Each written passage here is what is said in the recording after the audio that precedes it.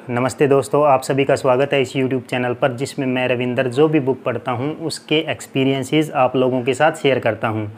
तो दोस्तों, आज मैं आपके सामने श्रीलाल शुक्ल द्वारा लिखी गई राग दरबारी नाम की किताब लेकर आया हूं, जो कि एक उपन्यास है। दोस्तों, ये उपन्यास आज से 53 साल पहले लिखा गया था, यानी कि 1968 में। इस उपन्यास के बारे में बताने से पहले मैं आपको लेखक के बारे में कुछ बताना चाहूँगा, जो पहले ही पृष्ठ पर इस बुक के अंदर इनका विवरण दिया गया है।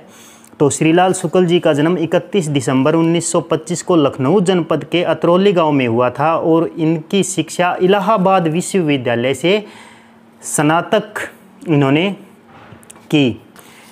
इनकी कृतियाँ है, मतलब इनके लेखन में उपन्यास, कहानी, व्यंग्य, आलोचना, विनिबंध, बाल साहित्य आदि इनकी रचनाएं हैं, कृतियां हैं। यानी कि इन्होंने विभिन्न क्षेत्रों में अपने लेखन के द्वारा हिंदी साहित्य में अमूल्य योगदान दिया। इनको सम्मान जो मिला वो है ज्ञानपीठ पुरस्कार, साहित्य अकादमी पुरस्कार, व्यास सम्मान, पद्म भूषण सम्मान, साहित्य भूषण सम्मान, कुरुक्षेत्र विश्वविद्यालय का गोयल साहित्य पुरस्कार, लोहिया अति विशिष्ट सम्मान, मध्य प्रदेश शासन का शरद जोशी सम्मान, मैथिली शरण गुप्त सम्मान इनको मिला। इनका निधन 28 अक्टूबर 2011 को हुआ। तो दोस्तों, ये था लेखक का परिचय, जो एक महान हस्ती थे। और इस किताब के लास्ट में इस किताब के बारे में, इस उपन्यास के बारे में बताया गया है, जो मैं आपसे शेयर करने वाला हूँ कि इस उपन्यास को लिखा गया 1968 में और 1970 में इसे साहित्य अकादमी पुरस्कार से सम्मानित किया गया। 1986 में एक दूरदर्शन धारावाहिक के रूप में इसे लाखों दर्शकों की सराहना प्राप्त हुई। दोस्तों, आज से 53 साल पहले श्रीलाल शुक्ल ने जो अपने लेखन के द्वारा भ्रष्टाचार, राजनीति, भेदभाव, वंशवाद, अफसरशाही पर जो कटाक्ष किए, जो उनकी खामियां बताई, वो ही हमें आज अपने इस समाज में देखने को मिलती है आधुनिक समय में। तो दोस्तों, ये जो उपन्यास है ये कालजयी उपन्यास है, क्योंकि इसके अंदर तत्कालीन समाज का विवरण दिया गया है।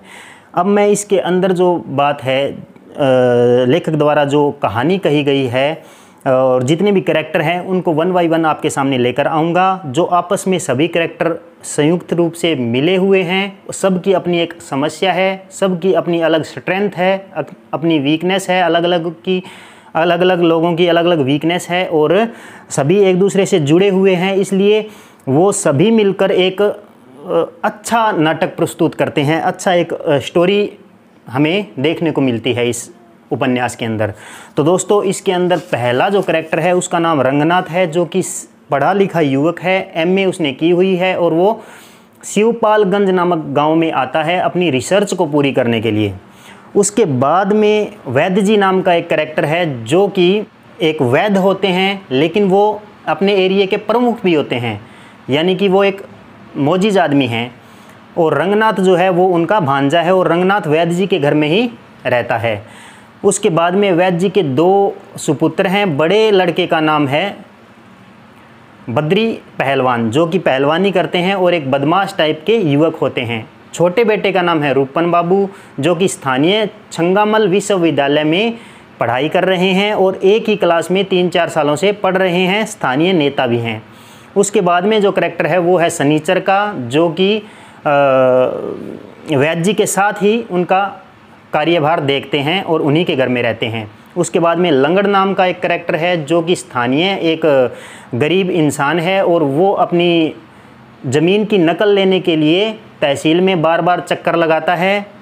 वो कहता है कि मैं बिना किसी रिश्वत के ये अपना काम करवाऊँगा, और उसकी भी अपनी एक अलग कहानी है। उसके बाद में छोटे पहलवान और उसके पिता कुशर प्रसाद का कैरेक्टर आता है, जिनके समाज में, यानी कि जिनके परिवार में ये प्रथा है कि पुत्र अपने पिता को पीटता है।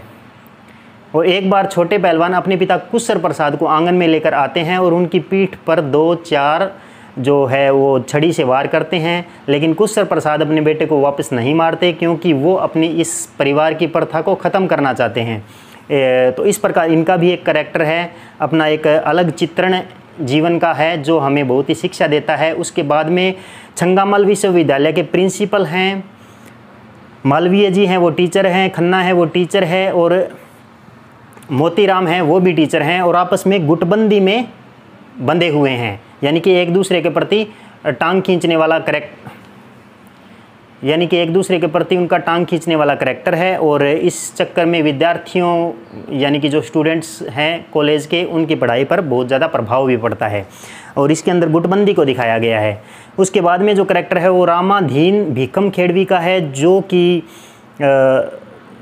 वैद्य जी के प्रतिस्पर्धी होते हैं। उसके बाद में गयादीन नाम का एक करैक्टर है, उसकी बेटी बेला, उसका भी एक करैक्टर है।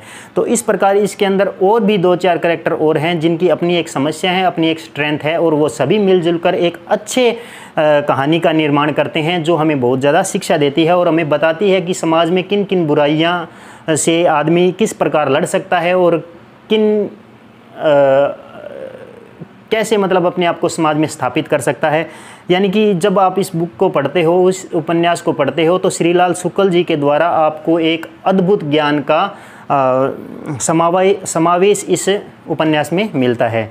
दोस्तों, सबसे अच्छी बात कि इसके अंदर गांव में यूज़ होने वाली कहावतों का भी वर्णन किया गया है, जिसको मैंने सभी को अंडरलाइन कर लिया है, क्योंकि मैं इनका यूज़ करना चाहता हूं, लेकिन इनको याद रखना थोड़ा सा मुश्किल भी नहीं है। लेकिन हम तो जैसे कि मास्टर होकर मार खाने से कब तक घबराओगे, एक ऐसा भी इसके अंदर लाइन है जो एक मास्टर को एक व्यक्ति सुझाव दे रहा है कि मास्टर होकर भी मार खाने से कब तक घबराओगे।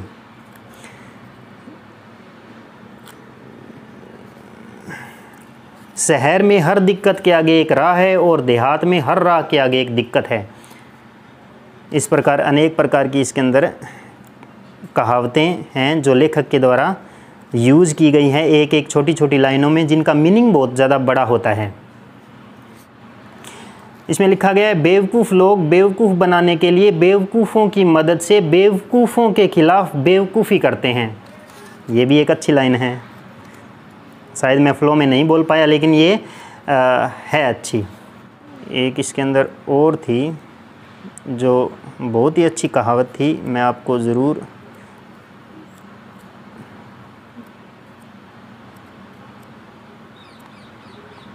आपके साथ शेयर करना चाहूँगा उस कहावत को। जैसे कि मेरे को याद है कि जैसे कि मूर्ख की बात चाहे आप मान लो चाहे काट दो, उसे कोई फ़र्क नहीं पड़ता, क्योंकि वो रहता मूर्ख का मूर्ख ही है, इसलिए मूर्खों से हमेशा दूर रहें।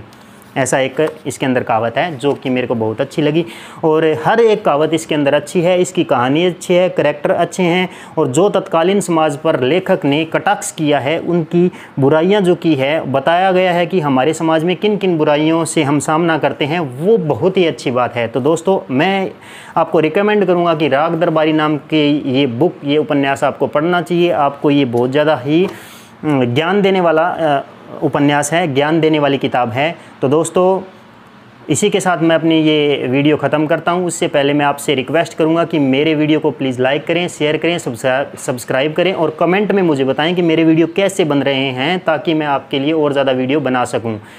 नेक्स्ट वीडियो में नेक्स्ट बुक के साथ मिलेंगे, तब तक के लिए